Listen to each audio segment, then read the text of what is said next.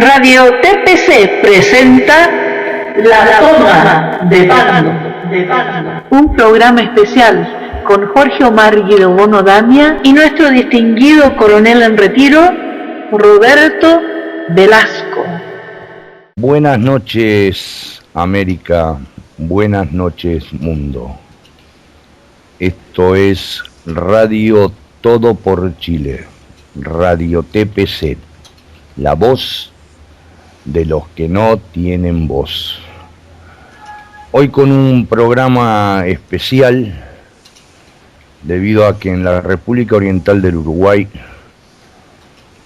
es fecha de que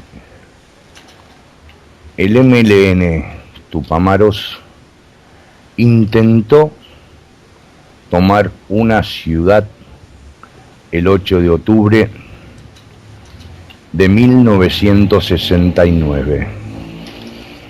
Me acompaña para recordar esta fecha nuestro amigo, el coronel Roberto Velasco. ¿Cómo estás, Roberto? Bien, Jorge, recordando estos aciagos años de la República. Y como siempre, Jorge, un abrazo muy grande a nuestros presos políticos, civiles, fuerzas de seguridad y de orden y militares. Tratando de enderezar, de poner en su lugar la verdad sobre la historia reciente, ya que aquellos que reclaman verdad y justicia la han torcido totalmente. Es fundamental recordar que en esa época había un gobierno legalmente constituido y que tenía la legitimidad de la mayoría de la votación de la ciudadanía del Uruguay. El que había ganado las elecciones en 1967 con la reforma constitucional era el Partido Colorado, representado en aquel momento por el señor general don Óscar Gestido como presidente y como vicepresidente el señor Jorge Pacheco Areco. Y siempre cuando empezamos a tocar estos temas y lo recordamos al extinto señor presidente, tenemos que poner en claro que el señor general falleció en diciembre del mismo año que fue electo, víctima de una crisis cardíaca, dada la angustia. Un 9 de diciembre. Claro, dada la angustia que le produjo la situación que estaba viviendo el país. Y si me permitís, voy a leer un pequeño trozo del discurso del día que él se hizo cargo de la presidencia, el 1 de marzo del año 67, para pintar lo más claramente posible la situación que vivía la República. Perfecto. Dice así: si el Uruguay quiere suicidarse, no hay gobierno, aunque sea de dioses, que pueda impedirlo. El Uruguay tiene tan solo un gobierno de hombres, pero si el Uruguay está dispuesto a salvarse con esfuerzo y con sufrimientos que no son sobrehumanos, que son muy pequeños frente al de tantos pueblos en el curso de la historia, entonces 2,5 millones de habitantes que tienen el patrimonio de un país fértil y sin problemas insolubles, tiene al alcance de la mano un estupendo país. Desgraciadamente, la gente no escuchó este llamado de patriotismo del señor presidente de la República en aquel momento y lo llevó al fallecimiento. Cabe agregar que la reforma constitucional nos sacaba del gobierno colegiado y nos introducía nuevamente en un sistema presidencialista. Lo importante de esta situación es que debe quedar claro a la opinión pública que el gobierno era republicano y democrático y que sucedía a un gobierno del Partido Nacional debidamente electo por el pueblo en elecciones libres e independientes y por lo tanto la subversión comenzó a afilar sus garras para el asalto al poder contra gobiernos democráticos, republicanos, que contaban con el voto del soberano. La con el mayoría respaldo del pueblo. Claro, los había votado. Ahí es cuando ellos se lanzan al asalto del poder, aprovechando las debilidades, entre comillas, de la democracia, las debilidades de un pueblo con una cultura política de muy alto nivel, donde el sufragio era la perla fundamental de la población. El asalto fue brutal. Y este golpe de la toma del copamiento de Pando, porque fue un raid delictivo que duró 20 minutos, puso a la gente sobre alerta de lo que estaba sucediendo y volcó rápidamente su apoyo fundamentalmente hacia el instituto policial, que era el que en ese momento estaba enfrentando la sedición, en un trabajo no solamente encomiable, sino que muy efectivo, porque le habían capturado 3 o 4 veces el ejecutivo o el coordinador del movimiento terrorista subversivo. Exacto, porque, perdóname que te interrumpa, no, ellos hablan de la toma de Pando. Para hablar de eso, en términos militares, en términos de una guerra, en términos de una guerrilla, vos tenés que tomar algo, sea una colina, sea una ciudad, sea una ruta, sea un puente, y defenderlo, mantenerlo. Acá ellos llegaron, robaron, mataron y huyeron. No hay otra. Sí, dejando a se enteraron que venía la policía, que habíamos salido desde Montevideo para ahí, porque Pando está a unos 20 y pico de kilómetros de la capital, huyeron. O sea, no hay toma ninguna, no hubo toma ninguna de ninguna ciudad, de nada. Sí, eso fue un raid delictivo. Exactamente. Robaron, secuestraron y mataron y después huyeron. Totalmente de acuerdo, claro. No hubo otra cosa. Claro, 20 minutos duró la operación. Pero en esos 20 minutos mataron al señor Carlos María Burgueño Rodríguez, que estaba esperando el ómnibus para ir a anotar a su hijo, nacido el día anterior, y fue muerto. 11 días después... Exacto. Muere el sargento de Radio Patrulla, claro, Enrique Fernández Díaz. Exactamente. Que dejó 2 hijos, uno de 11 y otro de 16 años. Y estuvo agonizando durante 11 días en el hospital militar. Exacto. Y en el mes de noviembre... Exactamente. Asesinan a un agente de la Guardia Metropolitana, Rubén Zambrano, por aplicación de la justicia revolucionaria, porque había estado en los enfrentamientos en la localidad de Pando. Y lo acusaban, cosa nunca probada, cosa nunca demostrada, de haber asesinado a sangre fría a un sedicioso de los 3 muertos en el operativo. Los 3 sediciosos murieron en enfrentamiento con la Guardia Policial. Exacto. Y no hay otra. Y fue así. Sí, porque incluso ellos cuando se ven cercados por la policía, algunos de ellos se resisten, y 3 son muertos, y más de 20 son capturados. Exacto, es decir, algunos heridos. Entre ellos, el actual ministro de Defensa fue capturado herido. O sea que si hubieran la policía hubiera rematado a alguno, hubiera rematado a todos los que estaban heridos. No cabe la menor duda de eso.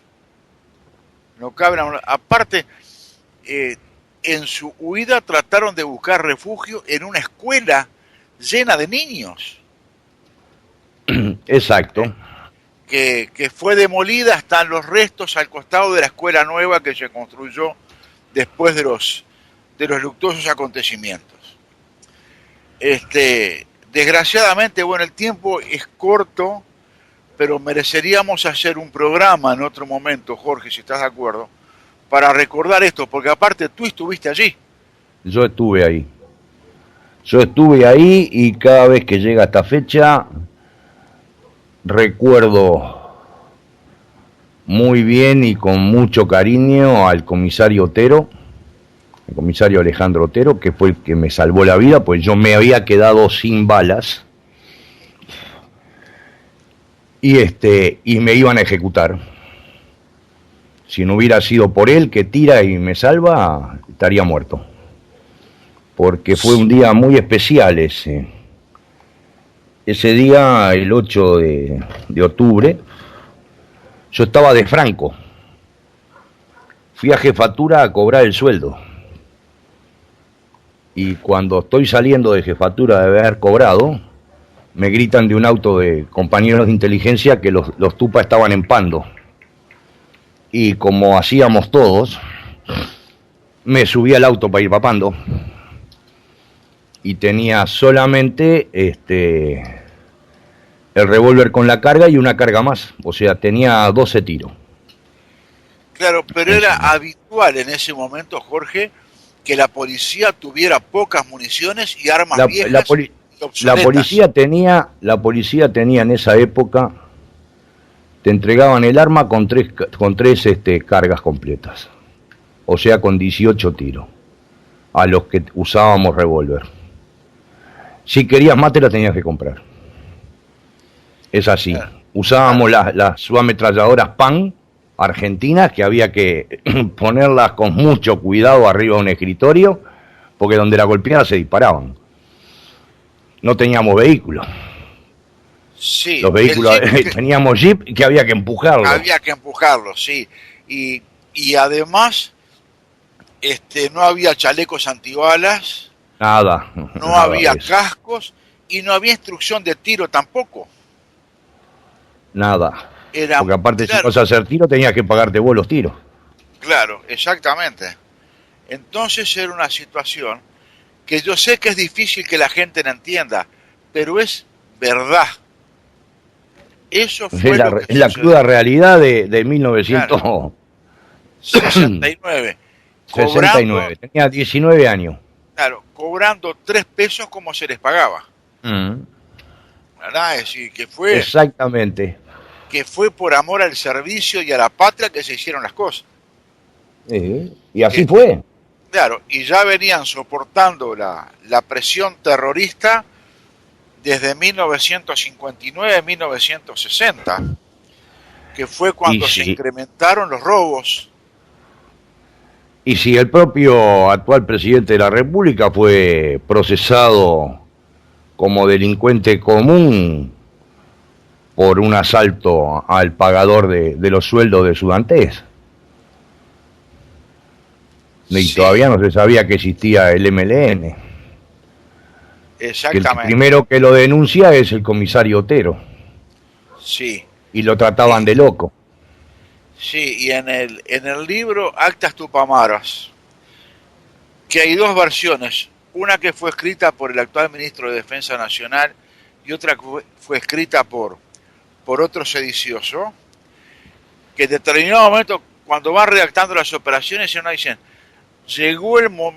había llegado el momento de dejar de ser delincuentes comunes para pasar a una nueva etapa de lucha. Exacto. Ahí es cuando deciden justamente tomar Pando, porque pasa algo muy, muy particular con esta operación además.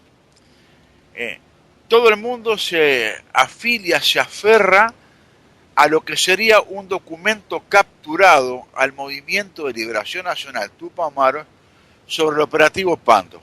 una autocrítica que ellos hacen, pero que tiene mucha información equivocada. Por ejemplo, ellos dicen que para planificar la operación les llevó 15 días. Para elegir el objetivo les llevó más de 2 meses. Estudiaron varias localidades. Estudiaron la ciudad de Minas, que la desecharon porque había una unidad militar. Estudiaron la localidad de Libertad, que la desecharon porque era fácil de bloquear y porque no tenían muchos bancos. Reconocieron otras unidades del interior y al final optaron por Pando, que si bien es una localidad semirural, como hay muchas chacras y mucha industria en esa zona, los bancos presumiblemente tendrían mucho dinero. Claro, más en esa época era una zona llena de bodegas y de chacras. Claro. Y ahí había mucho dinero. Sí.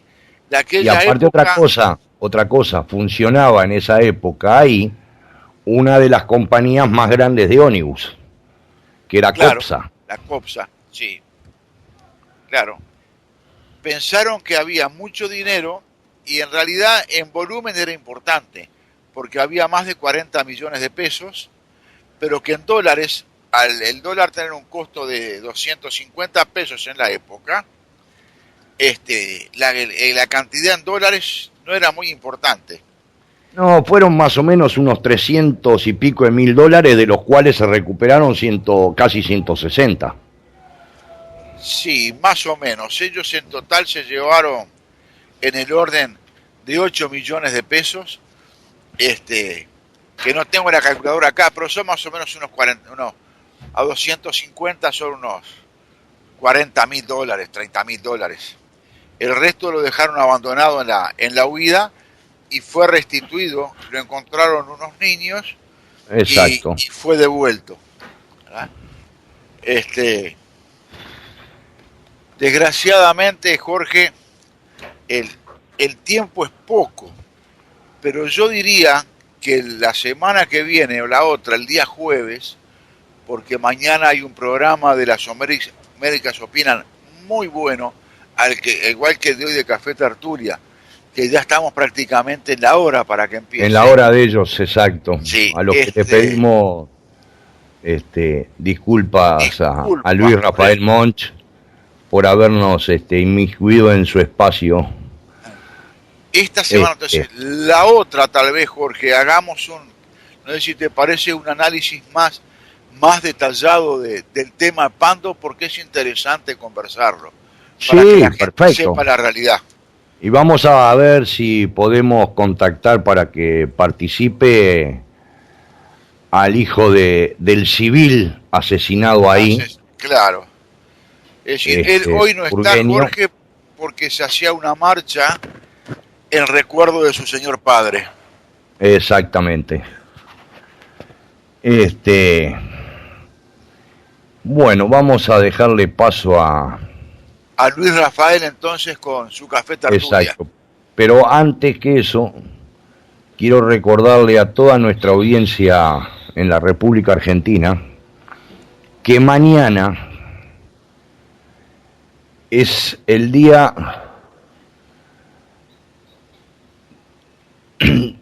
anual de las víctimas del terrorismo en la Argentina. Mañana en la Plaza San Martín de la ciudad de Buenos Aires, a las 19 horas, todo el mundo debe decir presente. Hay que recordar, porque el pueblo que no recuerda su pasado está condenado a revivirlo. Esto ha sido un micro programa de Radio TPC, Radio Todo por Chile, la voz de los que no tienen voz, comentándole a nuestra juventud la realidad de nuestra América. En este caso fue la realidad de lo que fue el 8 de octubre de 1969 en la República Oriental del Uruguay.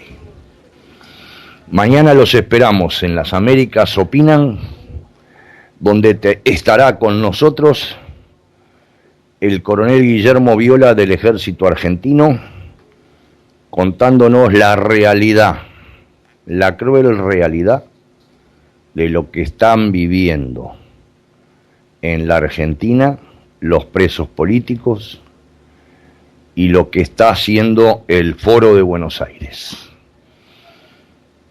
Los dejamos ahora en unos minutos con Café Tertulia y Luis Rafael Monch. Buenas noches, América. Buenas noches, mundo. Esto ha sido la voz de los que no tienen voz. Por Radio TPC. Radio Todo por Chile.